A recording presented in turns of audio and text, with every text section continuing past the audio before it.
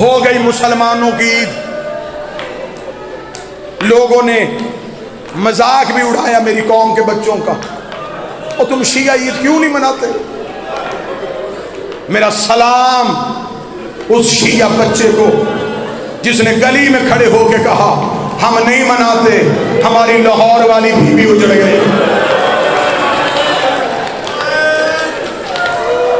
میرا سلام ان بیٹیوں پہ جنہوں نے باپ سے اس عید میں چوڑیاں نہیں مانگی، جنہوں نے باپ سے نیا لباس نہیں مانگا.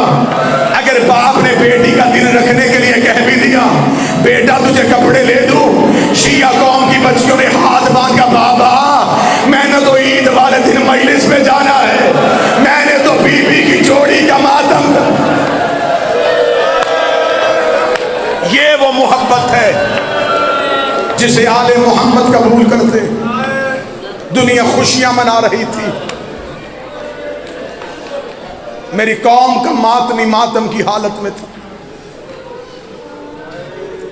مسلمانوں نے مسلم کا سر کاٹ کے عید کی. پردیس میں بیٹے لے کے گیا تھا، بیٹوں کے ساتھ بالکل تنہا رہ گیا.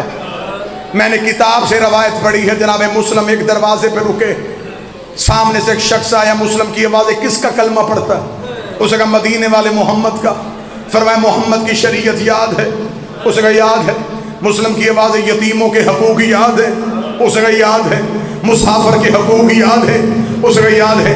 مسلم کی آواز ہے میں مسافر بھی ہوں، میرے کچھ حقوق بھی ہیں، میں تجھے اسے مدینے والے محمد کا واسطہ دے کے کہتا ہوں یہ میرا بڑا بیٹا ہے، یہ میرا چھوٹا بیٹا ہے. اتنا کہنا تو مسلمان ڈر گیا، ڈر گیا پردیسی مجھے بیٹی نہ دینا. نیا گورنر آ گیا ہے، ہر کسی کے گھر میں تلاشیاں جاری ہیں. مسلم رو کے کہتا بیٹے گھر نہ لے کے جا، اتنی دیر تک ہاتھ پکڑ لے جب تک میں گلی کا موڑ نہ مڑ لوں. جب میں گلی کا موڑ مڑوں پھر انہیں چھوڑ دینا. وہ رو کے کہتا پھر کہاں جائیں گے؟ رو کے مسلم آ جائے پھر یہ جانے ان کی بقیے والی ماں.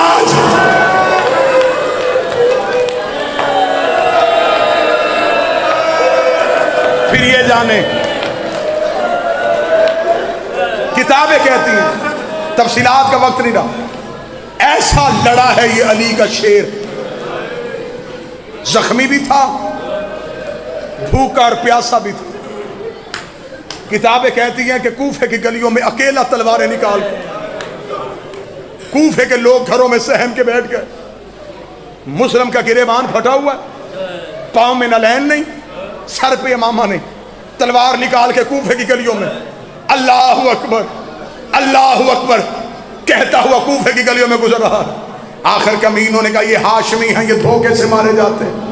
انہوں نے کوفے کی گلی میں گڑھا کھودا، آگے سے حملہ کیا. مسلم کا پاؤں پیچھے جانا تھا، مسلم گڑھے میں گرے.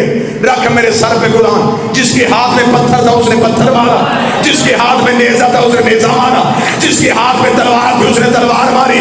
مجھے عزت زہرا کی قسم ہے اکیلا مسلم کہہ رہا تھا آج میرا غازی ہوتا، آج میرا اکبر ہوتا، اور آج میرا سجاد ہوتا.